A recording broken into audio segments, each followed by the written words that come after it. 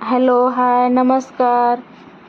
माझ्या गोड ताईंचं माझ्या आणखी एका छोट्या व्हिडिओमध्ये स्वागत आहे. तर रविवारचा दिवस होता, सुट्टी होती. कालचा व्हिडिओ आहे हा. तर मला डोसे बनवायचे होते ते श्रेयासाठी. तिने सांगितले होते मला डोसे बनवायला.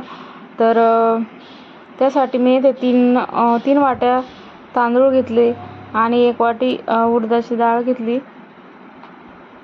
तर ते दिवसभर भिजवू घातलं, स्वच्छ पाण्याने धुवून दिवसभर भिजू दिलं आणि संध्याकाळी ते मिक्सरमधून काढलं आणि रात्रभर भिजत ठेवलं.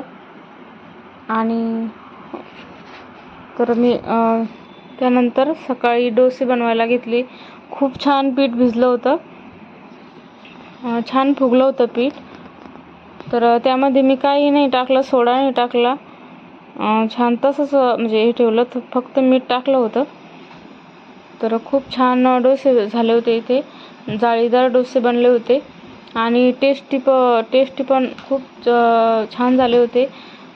थोडं पीठ म्हणजे असं म्हणजे टकराची डाळ होती माझी उडदाची, त्यामुळे थोडंसं काळसर आलं, पण चवीला खूप छान झाले. तर येथे मी शेंगदाण्याची चटणी केली होती, त्यासोबत हिरव्या मिरच्या आणि शेंगदाणे भाजून घेतले आणि लसूण आणि मिक्सरमधून काढून त्याला जिरा आणि मोहरीचा तडका दिला. तर खूप छान झाले डोसे. लोखंडी तव्यावरतीच केले होते मी. खूप छान झाले होते, जाळीदार आणि पातळ सुद्धा.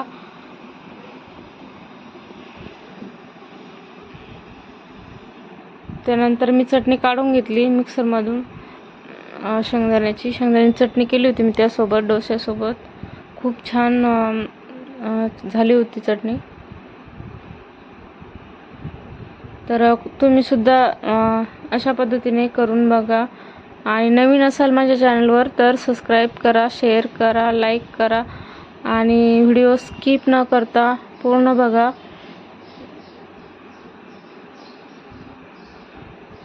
तर असेच एका नवीन व्हिडिओमध्ये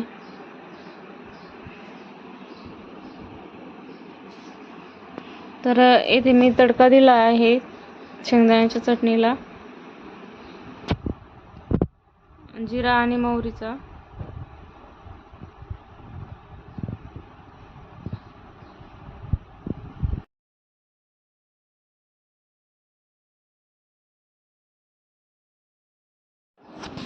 कशी वाटली माझी डोसा रेसिपी ते मला कमेंट्समध्ये सांगायला अजिबात विसरू नका. तर भेटूया असेच एका नवीन व्हिडिओमध्ये. तोपर्यंत मस्त खा, मस्त रहा. Bye bye.